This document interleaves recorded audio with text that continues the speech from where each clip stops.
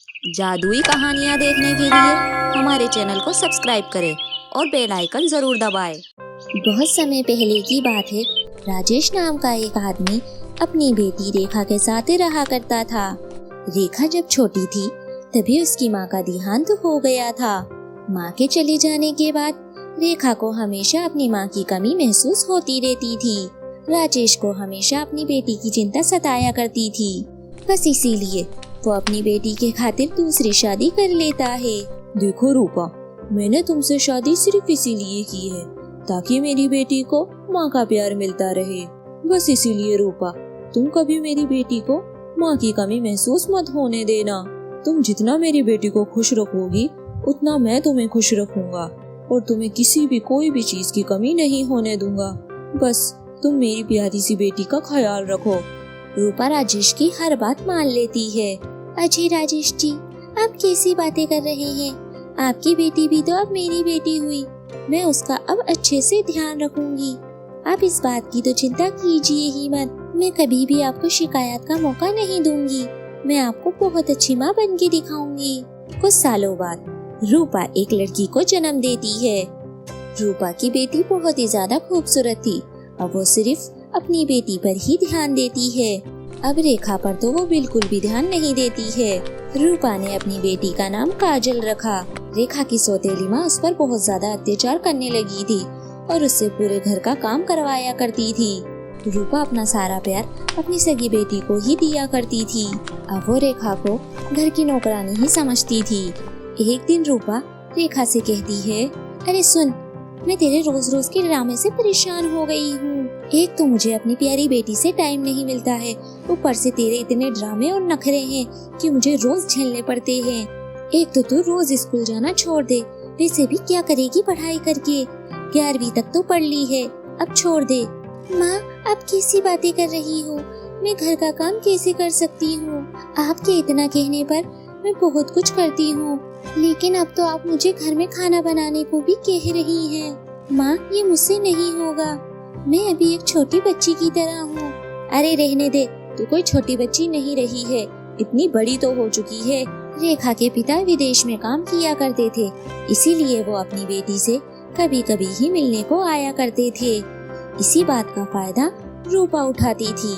रेखा के पिता को बस यही भ्रम था कि उसकी पत्नी उसका अच्छे से ध्यान रख रही है, लेकिन ऐसा बिल्कुल भी नहीं था। 1-2 साल बीत गए थे। रेखा अब बड़ी हो चुकी थी। वो 20 साल की हो गई थी और उस पे अत्याचार पहले से भी ज्यादा बढ़ने लगे थे। अब तो उसे खाने में रूखा सूखा ही मिला करता था। बेचारी रेखा घर से परेशान होकर घर छोड़कर चली जाती है और वो नदी के किनारे जाकर खड़ी हो जाती है और मन ही मन रोने लगती है। पता नहीं ये मेरे साथ क्या हो रहा है। पापा विदेश में काम करते हैं और रोज मेरी ये सौतेली माँ रोज मुझे ताने देती है और रोज मुझे मारती है। अब मैं ऐसी जिल्लत की जिंदगी नहीं सहन कर सकती, मुझसे नहीं हो पाएगा। अब मैं मरने जा रही हूँ। रेखा इतना कहती है और नदी में छलांग लगा देती है। तभी वहाँ से एक युवा लड़का गुजरता है और वो रेखा को कूदते हुए देख लेता है और वो लड़का नदी में कूदकर रेखा की जान बचा लेता है और नदी के किनारे ले आता है। रेखा जब होश में आती है तो वो उस लड़के से कहती है, आपने मुझे क्यों बचाया? मुझे मरने देते। लेकिन आपने आत्महत्या करने की कोशिश क्यों की? ये तो बहुत गलत बात है। आपको मेरे बारे में कुछ भी नहीं पता है और आप मेरे बारे में कुछ नहीं जानते हैं। अगर तुम मुझे कुछ बताओगी तो ही तो मैं तुम्हारी मदद कर पाऊंगा। रेखा उस लड़की को सारी बातें बता देती है। अच्छा, तो ये बात है। तुम्हें पता है, मेरे पास एक जादुई लॉकेट है जो तुम्हें मैं दे सकता हूँ, जिससे तुम अपनी सौतेली माँ को मजा चखा सकती हो। बस इस लॉकेट से तुम्हें कुछ मांगना होगा, तभी ये लॉकेट तुम्हारी मदद कर पाएगा। वैसे मैंने कभी इसका इस्तेमाल नहीं किया है क्योंकि मेरी जिंदगी बहुत ही ज्यादा खुशहाल है।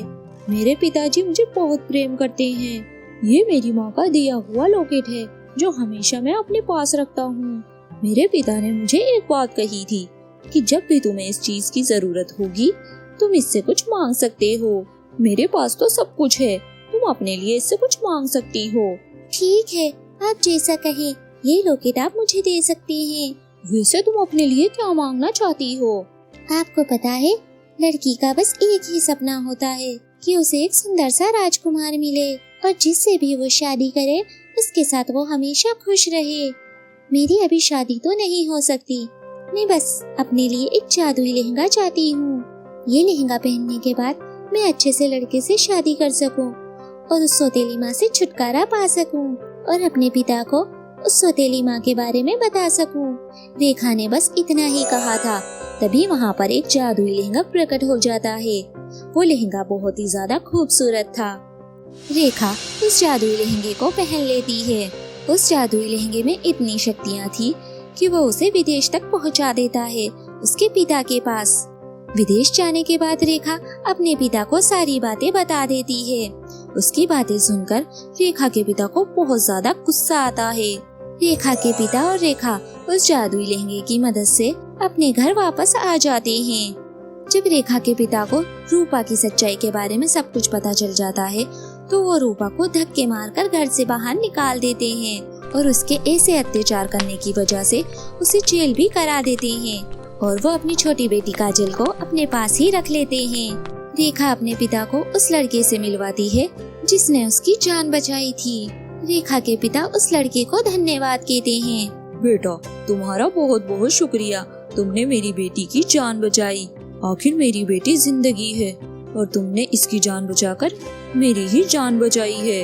अंकल जी, अगर आप मेरा शुक्रिया ही करना चाहते हैं तो आपकी प्यारी बेटी का हाथ मेरे हाथों में दे दीजिए। ये मुझे बहुत पसंद है और मैं इसका जिंदगी भर ख्याल रखूंगा और आपको शिकायत का मौका कभी नहीं दूंगा। बस इतना कहते ही रेखा के पिता शादी के लिए मान जाते हैं और दोनों की शादी बड़े ही धूमधाम से कर देते हैं।